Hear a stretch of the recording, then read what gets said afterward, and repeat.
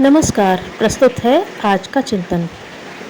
यह निर्विवाद सत्य है कि धर्म और सदाचार के आदर्शवादी सिद्धांतों का प्रशिक्षण भाषणों और लेखों से पूरा नहीं हो सकता। ये दोनों माध्यम महत्वपूर्ण तो हैं, पर इनका उपयोग इतना ही है कि वातावरण तैयार कर सकें। वास्तविक प्रभाव तो तभी पड़ता है जब अपना अनुकरणीय आदर्श उपस्थित करके किसी को प्रभावित किया जाए। चूंकि हमें नए समाज की, नए आदर्शों की जनमानस में प्रतिष्ठापना करनी है, इसलिए यह अनिवार्य रूप से आवश्यक है कि युग निर्माण परिवार के सदस्य दूसरों के सामने अपना अनुकरणीय आदर्श रखें। प्रचार का यही श्रेष्ठ तरीका है। इस पद्धति को अपनाए बिना जनमानस को उत्कृष्टता की दिशा में प्रभावित एवं प्रेरित किया जाना संभव नहीं। इसलिए सबसे महत्वपूर्ण कार्य यह है कि परिवार का प्रत्येक सदस्य इस बात की चेष्टा करे कि उसके जीवन में आलस्य, प्रमाद, अव्यवस्था एवं अनैतिकता की जो दुर्बलताएं समाई हुई हों, उनका गंभीरतापूर्वक निरीक्षण करे और इस आत्मचिंतन में जो जो दोष दृष्टिगोचर हो उन्हें सुधारने के लिए एक क्रमबद्ध योजना बनाकर आगे बढ़ चले। आत्मचिंतन के लिए हम में से हर एक को अपने से निम्न प्रश्न पूछने चाहिए और उनके उत्तरों को नोट करना चाहिए। 1. समय जैसी जीवन की बहुमूल्य निधि का हम ठीक प्रकार सदुपयोग करते हैं या नहीं? आलस्य और प्रमाद में उसकी बर्बादी तो नहीं होती? 2. जीवन लक्ष्य की प्राप्ति का हमें ध्यान है या नहीं? शरीर सज्जा में ही इस अमूल्य अवसर को नष्ट तो नहीं कर रहे? देश, धर्म, समाज और संस्कृति की सेवा के पुनीत कर्तव्य की उपेक्षा तो नहीं करते? 3. अपनी विचारधारा एवं गतिविधियों को हमने अंधानुकरण के आधार पर बनाया है या विवेक, दूरदर्शिता एवं आदर्शवादिता के अनुसार उनका निर्धारण किया है? 4. मनोविकारों और कुसंस्कारों के शमन करने के लिए हम संघर्षशील रहते हैं या नहीं? छोटे छोटे कारणों को लेकर हम अपनी मानसिक शांति से हाथ धो बैठने और प्रगति के सारे मार्ग अवरुद्ध करने की भूल तो नहीं करते? 5. कटु भाषण, छिद्रान्वेषण एवं अशुभ कल्पनाएं करते रहने की आदतें छोड़कर सदा संतुष्ट, प्रयत्नशील एवं हंसमुख रहने की आदत हम डाल रहे हैं या नहीं? 6. शरीर, वस्त्र, घर तथा वस्तुओं को स्वच्छ एवं सुव्यवस्थित रखने का अभ्यास आरंभ किया या नहीं? श्रम से घृणा तो नहीं करते? 7. परिवार को सुसंस्कारी बनाने के लिए आवश्यक ध्यान एवं समय लगाते हैं या नहीं? 8.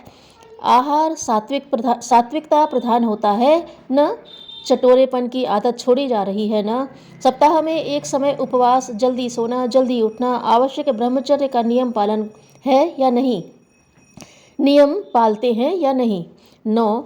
ईश्वर उपासना, आत्मचिंतन, स्वाध्याय को अपने नित्य नियम में स्थान दे रखा है न? 10. आमदनी से अधिक खर्च तो नहीं करते? कोई दुर्व्यसन तो नहीं? बचत करते हैं ना? उपयुक्त 10 प्रश्न नित्य अपने आप से पूछते रहने वाले को जो उत्तर आत्मा दे उन पर विचार करना चाहिए और जो त्रुटियां दृष्टिगोचर हो उन्हें सुधारने का नित्य ही प्रयत्न करना चाहिए। आत्म सुधार के लिए क्रमिक परिष्कार की पद्धति को अपनाने से भी काम चल सकता है। अपने सारे दोष दुर्गुणों को एक ही दिन में त्याग देने का उत्साह तो लोगों में आता है, पर संकल्प शक्ति के अभाव में बहुधा वह प्रतिज्ञा निभ नहीं पाती। थोड़े समय में वही पुराना कुसंस्कारी ढर्रा आरंभ हो जाता है।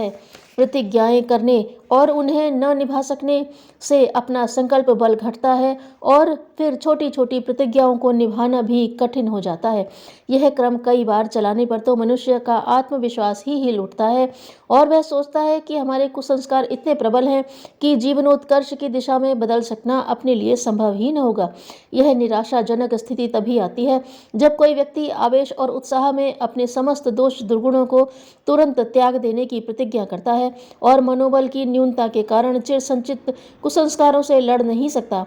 आत्मशोधन का कार्य एक प्रकार का देवासुर संग्राम है। कुसंस्कारों की आसुरी वृत्तियां अपना मोर्चा जमाए बैठी रहती हैं और वे सुसंस्कार धारण के प्रयत्नों को निष्फल बनाने के लिए अनेक छल बल करती रहती हैं। इसलिए क्रमशः आगे बढ़ने और मंथर किंतु सुव्यवस्थित रीति से अपने दोष दुर्गुणों को परास्त करने का प्रयत्न करना चाहिए। सही तरीका यह है कि अपनी सभी बुराइयों एवं दुर्बलताओं को एक कागज पर नोट कर लेना चाहिए और प्रतिदिन प्रातःकाल उठकर उसी दिन एक उसी दिन का एक ऐसा कार्यक्रम बनाना चाहिए कि आज अपनी अमुक दुर्बलता को इतने अंशों में तो घटा ही देना है। उस दिन का जो कार्यक्रम बनाया जाए उसके संबंध में विचार कर लेना चाहिए कि इनमें कब कहाँ कितने किन कुसंस्कारों के प्रबल होने की संभावना है। उन संभावनाओं के सामने आने पर हमें कम से कम कितनी आदर्शवादिता दिखानी चाहिए, यह निर्णय पहले से ही कर लेना चाहिए। फिर सारे दिन प्रातःकाल की हुई प्रतिज्ञा के निभाने का दृढ़तापूर्वक प्रयत्न करना चाहिए। इस प्रकार प्रतिदिन थोड़ी थोड़ी सफलता भी आत्म सुधार की दिशा में प्राप्त होती चले तो अपना साहस बढ़ेगा और धीरे धीरे सभी दोष दुर्गुणों को छोड़ सकना संभव हो जाएगा। छोटे संकल्प, बड़ी सफलताएं।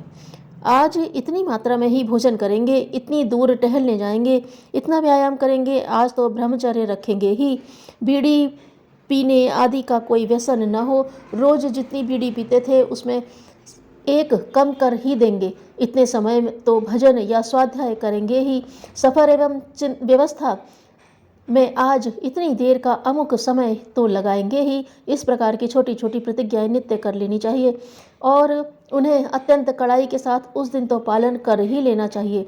दूसरे दिन की स्थिति समझते हुए फिर दूसरे दिन की सुधरी दिनचर्या बनाई जाए। इसमें शारीरिक क्रियाओं का ही नहीं, मानसिक गतिविधियों का सुधार करने का भी ध्यान रखा जाना चाहिए।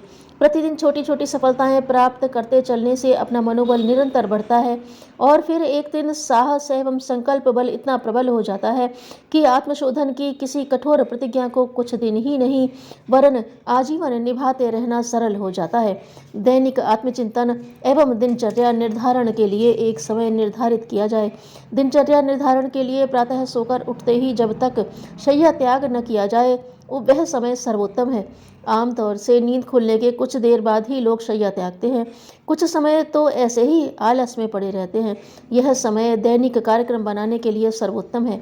शैया पर जाते समय ही किसी को नींद नहीं आ जाती, इसमें कुछ देर लगती है। इस अवसर को आत्मचिंतन में अपने आप से 10 प्रश्न पूछने और उनके उत्तर प्राप्त करने में लगाया जा सकता है। जिनके पास अन्य सुविधा के समय मौजूद हों वे इन कार्यों को सुविधा के अन्य समयों पर भी कर सकते हैं, पर उपयुक्त 2 समय व्यस्त से व्यस्त सज्जनों के लिए भी सुविधाजनक रह सकते हैं। इन दोनों प्रक्रियाओं को अपनाकर हम आसानी से आत्मिक प्रगति के पथ पर बहुत आगे बढ़ सकते हैं। ये 10 प्रश्न अपना मूल्यांकन करने के लिए बहुत उपयुक्त हैं। इनके माध्यम से अपनी कमियों का आभास भी होता रहता है और आगे बढ़ने, अपने को सुधारने की जीवन साधना भी यथाशक्ति संपन्न होती रहती है। ईर्ष्या आदमी को उसी तरह खा जाती है जैसे कपड़े को कीड़ा। धन्यवाद।